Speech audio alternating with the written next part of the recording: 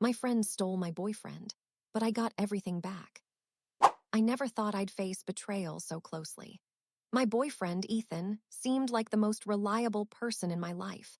We'd been together for almost 3 years, from our university days through all the changes and hardships. He knew me better than anyone, and I thought he felt the same way. It all started about a month before the events that turned my life upside down. I noticed Ethan starting to act strangely. He hid messages on his phone, stayed late at work more often, and seemed irritated even without reason. At first, I chalked it up to stress, fatigue, work issues. But then came the first sign I couldn't ignore. His phone vibrated at night, and he yanked it away sharply when I approached to see who was texting. "It's just a colleague from work, nothing important," he muttered, but his eyes gave away more than his words. I tried not to panic, but my gut screamed that something was wrong. Soon, I noticed my friend Sophia acting oddly too. She'd always been friendly, sometimes too open, but lately, she was paying way too much attention to Ethan. At first, I dismissed it as coincidence, but the observations pieced together into a troubling picture. One evening, I dropped by their place unannounced. Ethan had said Sophia was just coming over as a friend, and I believed him. But the scent of perfume I'd never noticed before mixed with his usual aroma, creating a strange, alien atmosphere. They were laughing about something quietly, too quietly, as if afraid someone might hear. I felt a lump in my throat. Something clicked inside me. I realized they were hiding something. The next day, I decided to proceed cautiously. I checked his social media, traces in message histories, emails, and unfortunately, it all confirmed. My worst suspicions came true. Sophia and Ethan had been meeting secretly for several weeks. I stood in front of the laptop screen, feeling my heart clench in my chest. I screamed inwardly. How could she do this? We'd been friends since childhood, almost 7 years, and now she was ruining my life for her own pleasure. I knew I couldn't just sit and watch them steal my love, my life. But how do you win back someone betrayed by the two closest people to you at once? After the shock, I dove into observation. I tracked their habits, meeting times, little things they left in plain sight. I decided I didn't want to seek revenge crudely, didn't want to humiliate or destroy lives through scandals. I wanted to win Ethan back honestly, show him what he'd lost, make him realize my love was real and stronger than any intrigue. The first step was rebuilding my self-confidence. I signed up for yoga classes, started dedicating more time to work and my appearance, so my inner light would shine through, not be dimmed by bitterness. I didn't want to seem desperate. Every time Ethan texted Sophia or she called him, I pretended I knew nothing. I smiled, was friendly, confident. I needed him to see me not as a lost victim, but as a strong, independent woman he loved but was now almost losing. At the same time, I built a strategy. I knew direct confrontation could lead to disaster. Ethan might shut down, and Sophia could use it to convince him to stay with her. So I decided to act subtly, through emotions, through what he'd lost, through reminders of our shared history. I gathered photos, mementos that recalled our happy moments, but I did it for myself, to strengthen my inner sense of confidence and love, not for revenge. My goal was one: win Ethan back, but in a way that he realized on his own that he'd chosen the wrong path. After I was fully convinced of the affair, I knew I had to act carefully. Any haste could ruin everything. Ethan saw me as the old me, trusted Sophia, and thought of me as weak, but now I needed to flip his perception of me. First, I decided my outward impression had to be strong. I updated my wardrobe, but not in a seductive revenge style, elegantly, confidently, to emphasize inner strength. I started going out with friends more, exercising, pursuing my hobbies. My inner light had to be visible, even if Ethan tried to ignore it. The next step was studying their habits. I wanted to know exactly when they met, what places they preferred, what connected them beyond the physical. Sophia was inventive and cautious, but small mistakes give anyone away. I started noting details: Sophia's favorite cafe where she often went after work, the hours when Ethan stayed late, subtle hints in his behavior that revealed guilt or excitement. Every time Ethan showed up in town, I accidentally crossed paths with him in places he didn't expect to see me. I didn't make scenes, just smiled was natural. His gaze caught my confidence, but he couldn't understand why. Inside, something joyfully clicked, a small but sure sign that my plan was working. Around the same time, I started reminding myself why I loved Ethan. This wasn't revenge or jealousy, it was real love. I wrote in a journal, recalling our best moments. Walks, talks until dawn, laughter, spontaneous trips. Each page helped me build inner strength and readiness for action. One day, during a chance encounter in a cafe, I saw them together. Ethan was holding Sophia's hand, smiling, but his eyes weren't happy.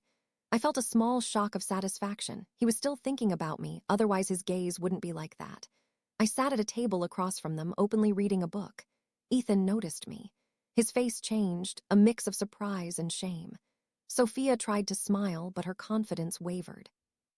"Hi," I said quietly without looking up. Ethan coughed, muttered something. Sophia looked embarrassed. I calmly stood up, walked past them, leaving them at the table. That was my small first move. Show that I was strong, that life went on without him, but that I was still important to him. The next day, I got a message from a mutual friend who noticed the strange dynamic. "Ethan's acting weird when he sees you. Sophia noticed too. Are you up to something?" I smiled, not revealing my plans, but inside I knew. The game was starting to work. I didn't want to destroy them through scandal or threats. This wasn't a revenge plan, but a path to truth. I decided to subtly insert reminders of our relationship, shared jokes, old memory photos on social media, sometimes casually mentioning moments that were meaningful only to us two.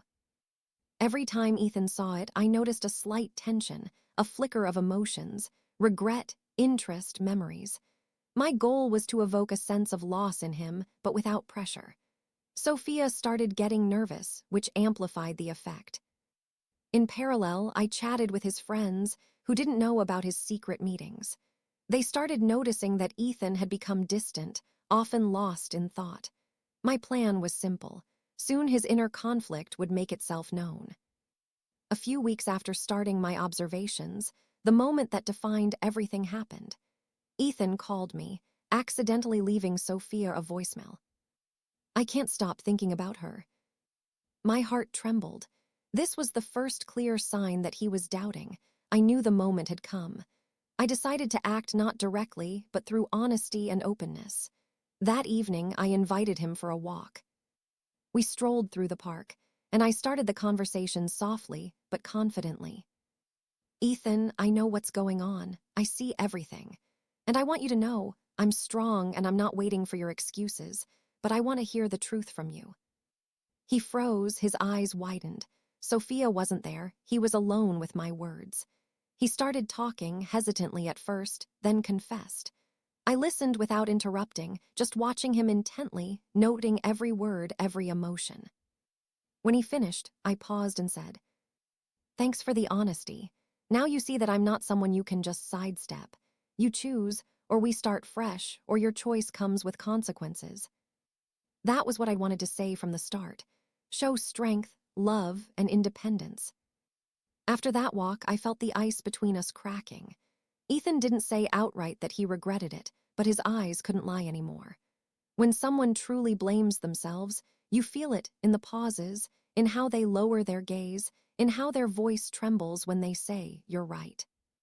But regret doesn't always mean readiness to fix everything, especially when someone like Sophia is involved. Sophia wasn't backing down. She always knew how to pretend to be kind, attentive, but behind that mask was cold calculation. She didn't need happiness. She needed to prove she was better than me. She knew I understood everything and started playing to the public, posting photos with Ethan where they laughed, hugged, as if living a fairy tale. I saw those pictures in my feed but didn't react. No like, no comment. Silence is the best response when they're using fake happiness against you.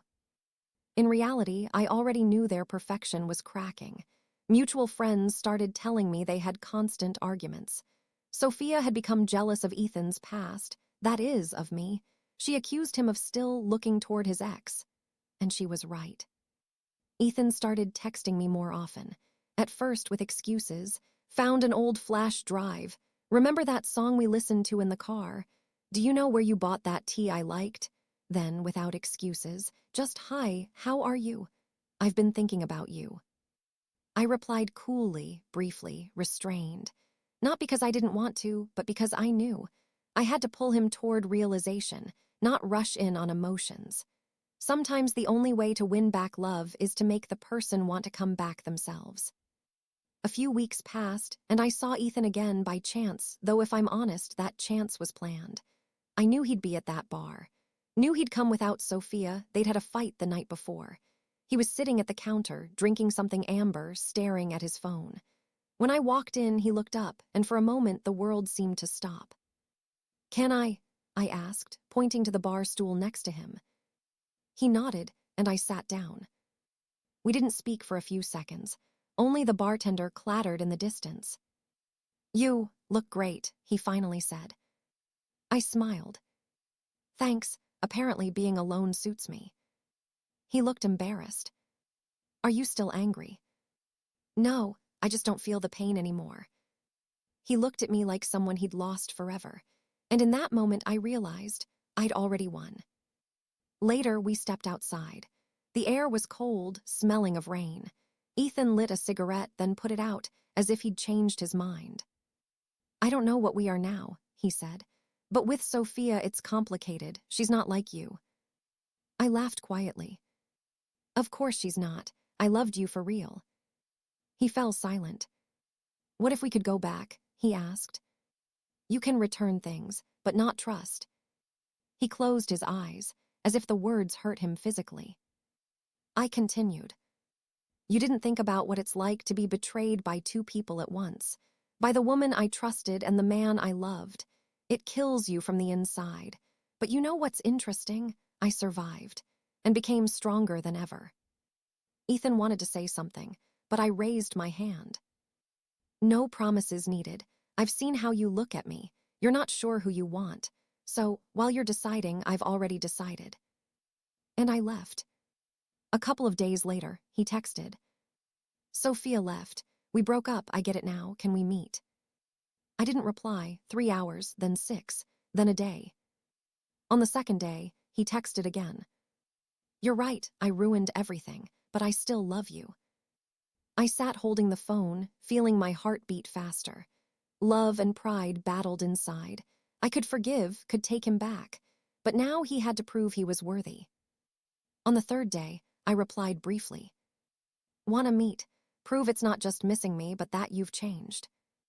Many in my position would have moved on, played on feelings, made him suffer to get revenge. But I didn't want to become what had destroyed me. When we met again, I said straight up, "I'm not the one you left. I won't forgive just like that. But if you want to be with me, prove you can be honest. No games, no Sophia, no lies." Ethan agreed. He started changing, at first awkwardly, then sincerely. He stopped avoiding responsibility, started listening instead of making excuses. I saw him trying, and maybe for the first time in a long while, without pretense. But just as I almost believed things were really getting better, Sophia came back.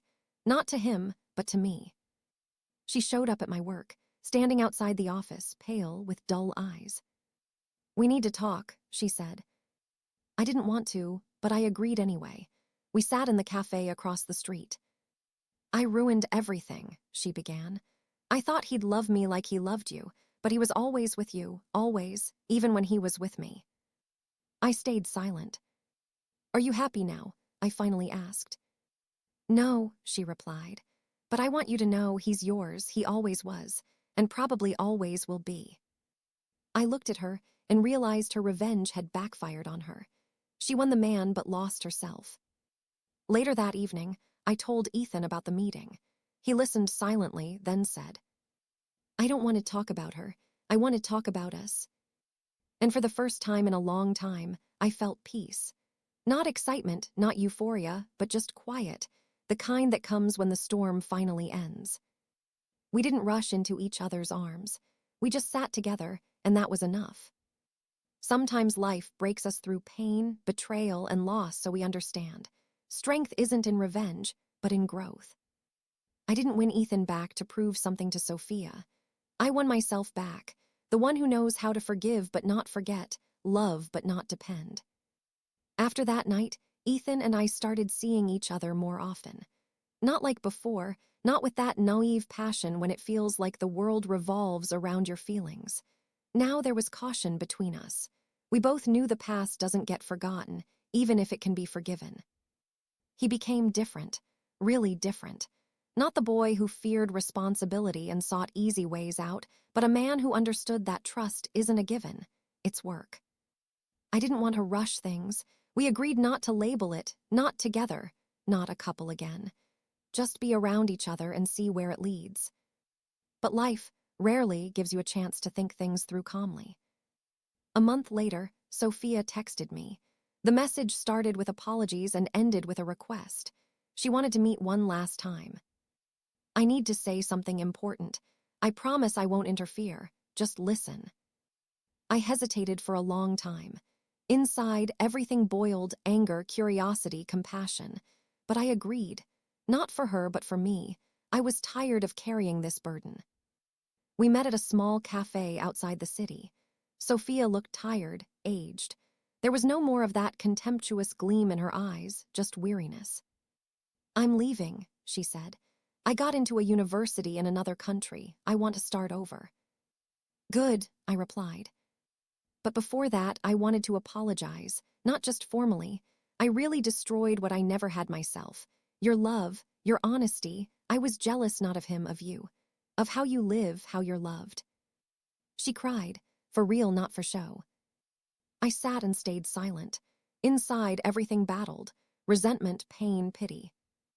And suddenly I said, "I forgive you, not because you deserve it, but because I want to be free."